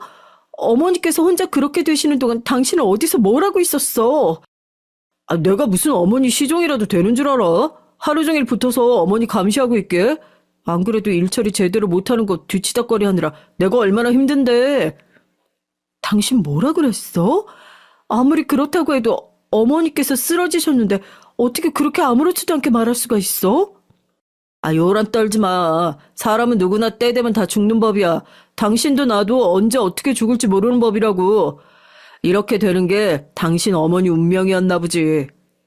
남편뿐 아니라 시누이도 시부모님께서도 모두 냉랭한 반응이었고 다들 약속이나 한 듯이 병실을 우르르 빠져나갔어요. 의사는 아마 다시 눈을 뜨시기 힘들 거라며 제게 마음의 준비를 해야 한다는 말을 전했습니다. 한평생 제대로 호강도 시켜드리지 못하고 이렇게 한순간에 어머니마저 잃어야 한다는 생각에 정말 기절할 정도로 울었던 것 같아요. 그동안 믿고 의지했던 시댁 식구들에 대한 배신감과 어머니를 제대로 돌보지 못했던 저 스스로에 대한 죄책감, 혐오감, 여러 감정들이 몰려와 그날은 그렇게 하루 종일 어머니의 침대 앞에서 미친 사람처럼 울기만 했던 것 같아요. 그렇게 다음 날 지친 몸을 이끌고 집으로 돌아왔는데 이상하게 집이 썰렁했어요. 알고 보니 시댁 식구들 모두 다 같이 해외여행을 떠난 것이더라고요. 기가 차다 못해 현실이 믿기지가 않았습니다. 어떻게 이런 일이 내게 벌어질 수가 있지? 내가 그동안 봐왔던 시댁 식구들의 모습은 전부 거짓말이었던 걸까? 너무 혼란스러웠고 제대로 된 판단이 되질 않았습니다. 그렇게 한참을 텅 빈 거실에 앉아 혼자 생각해본 결과 분명 뭔가 있다는 생각이 들었어요. 아무리 시댁 식구들이 지금껏 제게 보여준 모습이 전부 꾸며낸 모습이었다 하더라도 사람이 쓰러져 사경을 헤매는 상황에 갑자기 단체로 해외여행을 떠난다니 상식적으로 너무나 이해가 가지 않는 행동이잖아요. 그렇게 생각을 하고 나니 그동안 의문점들이 퍼즐 맞추듯 딱딱 들어맞기 시작했어요. 앞서 글에 적진 않았지만 결혼 생활을 하며 미심쩍게 여겨졌던 점이 어머니의 태도 말고도 여러 개가 있었거든요. 일단은 그렇게 사랑하고 상처로 남았다던 전 부인의 얘기를 할 때 전혀 슬퍼 보이지 않았단 점. 아무리 시간이 지났다 하더라도 그런 충격적인 일을 겪었다면 분명 트라우마가 되었을 텐데 아무렇지도 않게 죽었단 얘기를 제게 전했었고 무엇보다 결혼 후 저나 어머니 앞으로 보험을 많이 드러났다는 사실이었어요. 남편은 그러면서 어머니께서 정신적으로 조금 불편하신 분이니 앞으로도 전처럼 사기를 당하거나 큰일이 언제 일어날지 모르는 법이다. 보험비가 조금 아깝더라도 많은 보험을 들어놓는 것이 좋겠다고 말했고 본인이 알아서 적당한 것들로 들어놓을 테니 걱정하지 말라는 얘기를 했었거든요. 어련히 알아서 했겠거니 싶어 별 생각 없이 넘어갔던 일이었는데 병원에서 시댁 식구들의 태도는 마치 이렇게 될 것이라는 걸 알고 있었다는 듯한 얼굴이었습니다. 저도 그렇게 급하게 센터로 달려가서 남편의 전 부인이라는 사람에 대해서 알아보기 시작했어요. 분명 센터에 등록된 사람이었고 일까지 했다고 했으니 기록이 남아있으리라 생각했고 제 예상대로 전 부인에 대한 자료가 남아있었습니다. 그런데 남편은 제게 전 부인이 차에 뛰어들어 자살을 했다고 말했지만 자료 내용은 그렇지 않았어요. 서류엔 교통사고가 아니고 낙상사고를 당해 사망했다고 적혀 있었습니다. 그때 싸한 느낌이 들었고 그 길로 바로 경찰서를 찾아갔어요. 처음엔 영 심드렁하게 제 얘기를 듣던 경찰관도 제가 서류들과 이런저런 증거들을 내미니 심각한 표정이 돼서 절 다른 검찰에게 연계해 주더라고요. 그렇게 시댁 식구들이 해외여행을 신나게 즐기고 돌아오는 일주일 동안 수사가 일사천리로 진행됐고 정말 놀라운 결과가 드러났습니다. 머릿속에 퍼즐이 맞춰졌을 때부터 어느 정도 예상은 하고 있었던 일이었지만 시댁 식구들은 정말로 파렴치한 보험 사기단이었어요. 전 부인은 물론 가장 처음 만났던 전전 부인까지 모두 부인들 앞으로 보험을 잔뜩 들어놓고 남들 눈을 속여 악독한 짓거리를 저지른 뒤에 보험금을 타먹었던 것이었어요. 겉으로 봤을 땐 누구보다 어려운 상황에 처한 장애인들을 위하는 마음 따뜻한 사람들이고 국가에서 운영하는 기관이 아니라 사기업에 가까운 복지재단이다 보니 감사도 느슨해 벌어졌던 일이었습니다. 그 짐승보다 못한 인간들은 일부러 연고도 없고 어려운 상황에 처해 있는 장애인을 꼬셔서 결혼한 후 본인들을 믿게 만들고 신뢰감을 쌓은 뒤 그런 짓을 저질러 왔던 것이었어요. 결혼을 하지 않은 줄 알았던 신우이도 알고 보니 이미 한 번 이혼한 경력이 있었고 그 상대 또한 센터에서 만났던 장애인 남자였습니다. 어떻게 사람의 탈을 쓰고 그런 미친 짓거리들은 저지를 수 있는지 지금 이 글을 쓰는 순간에도 분노로 온몸이 부들부들 떨립니다. 어머니께서 시댁 식구들을 어려워하셨던 것도 제 앞에서만 어머니께 잘하는 척을 했지 제 예상대로 뒤에선 어머니께 반말이며 폭언을 일삼았고 그러면서 이런 사실을 제게 알리면 지금 살고 있는 집이며 재산이며 전부 빼앗아 갈 거다. 당신들 다시 길거리에 나앉아야 된다. 그리고 앞으로 평생 일 못하게 만들어줄 거다. 협박을 했다고 하더라고요. 어머니께선 정상적인 판단을 하지 못하는 상태였고 그렇게 뒤에서 온갖 구박을 들으며 버텨오셨던 겁니다. 제게 해를 끼칠까 봐요. 그 사실을 알고 나서 정말 억장이 다 무너지는 기분이었어요. 안정되고 행복한 삶을 원했던 제 욕심 때문에 어머니께서 그런 상황에 처하시다 못해 남들 손에 돌아가실 뻔했다니 만약 어머니께서 눈을 뜨지 못하시고 그대로 병원에서 돌아가셨다면 전 남은 인생 동안 절 절대 용서하지 못했을 거예요. 시댁 식구들은 공항에서 대기하고 있던 경찰들에게 체포됐고 그대로 재판을 넘겨지게 됐습니다. 어머니께서는 얼마 지나지 않아 기적처럼 눈을 뜨셨고 지금은 사고 전처럼 멀쩡해지셔서 정상적인 생활을 하고 계세요. 그 짐승만도 못한 인간들은 모두 다 실형을 선고받고 감방에 들어갔습니다. 형사처벌과는 별개로 보험회사에 건 민사소송으로 엄청난 금액의 배상금을 물어주게 된 건 당연한 일이겠죠. 그 과정에서 저희에게도 보상금이 나왔고 저희는 남편이라 부르기도 싫은 그 남자와 셋이 지내던 집을 처분하고 새로운 집을 구해 이사를 나왔어요. 그 일 이후로 어떻게 알았는지 다른 복지센터에서 연락이 와 저희를 돕고 싶다고 말했고 어머니와 저 모두 새로운 보금자리를 틀어 지내고 있습니다. 솔직히 처음엔 이 센터도 다른 센터들과 비슷하게 비리로 가득 차 있는 것이 아닌가 싶었지만 지푸라기라도 잡는 심정으로 온 것이었는데 여기서 일하는 분들은 모두 진심으로 이타적이고 저와 어머니를 배려해주면서 언제나 감사한 마음으로 지내고 있습니다. 세상에 나쁜 놈들이 있으면 좋은 사람들도 있는 법이더라고요. 어머니께선 그 사건 이후로 한동안 타인과 가까워지는 걸 두려워하셨어요. 언제나 사람들과 어울리는 걸 좋아하시고 사교성 좋으시던 분이 저 때문에 그런 상처를 얻게 되신 것 같아 너무나 죄송한 마음이었습니다. 그러나 지금은 신체적으로나 사회적으로나 별 문제 없이 잘 지내고 계세요. 오랜만에 제가 알던 어머니 모습을 보는 것 같달까요? 솔직히 말하자면 예전엔 남들처럼 결혼도 하고 자식도 낳고 평범한 인생을 살고 싶은 욕심이 있긴 했어요. 그래서 남편과 만나 결혼도 하고 어머니께 문제가 있다는 것을 어느 정도 인식했으면서 애써 무시하기도 했었고요. 그렇지만 그런 사건들을 겪고 어머니와 둘이 지내는 요즘 그런 것들이 다 무슨 의미가 있나 싶은 생각이 듭니다. 어머니께서 평생 저만 바라보시며 살아오셨듯 저도 앞으로 남은 인생 저밖에 모르시는 어머니를 위해 살아가고 싶어요. 어머니와 함께 일하고 퇴근한 후에 둘이서 맛있는 것도 해먹고 주말이면 나들이도 나가고 가끔 어머니 모시고 영화도 보러 가고 계절마다 고운 새 옷도 사드리고 하면서요. 요즘 부쩍 어머니께서 늙으신 것 같거든요. 저 때문에 고생을 많이 하셔서 그런 것 같아 어머니의 흰 머리를 보면 저도 모르게 눈물이 핑 돌고는 합니다. 언젠간 어머니께서도 돌아가시겠죠. 저도 마찬가지고요. 사람은 누구나 죽는 법이니까요. 그렇게 전 어머니께서 돌아가시기 전까지 후회 없는 시간을 보내고 싶습니다. 어머니께서 제 곁에 계실 땐 어머니를 위한 딸로, 어머니가 돌아가신 후로는 저와 어머니처럼 어려움에 처한 사람들, 그리고 불편함을 겪고 있는 우리 장애우들을 위해 살아가고 싶어요. 희생이나 봉사 같은 거창한 마음에서가 아니라 제가 평생 어머니께 받은 사랑을 보답하고 싶은 마음에서요. 거창한 얘기를 하고자 써내려간 글은 아닌데 어쩌다 보니 제 인생 다짐까지 여러분께 털어놓게 됐네요. 이 사연이 채널에 올라갈진 모르겠지만 저 스스로에게도 인생을 돌아볼 수 있는 기회가 되었던 것 같습니다. 이렇게 보니 참 다사다난 많은 일을 겪으며 살아왔네요. 부디 남은 인생 동안은 평안히 큰 사고 없이 무탈하게 지내다 갈 수 있기만을 바랄 뿐입니다.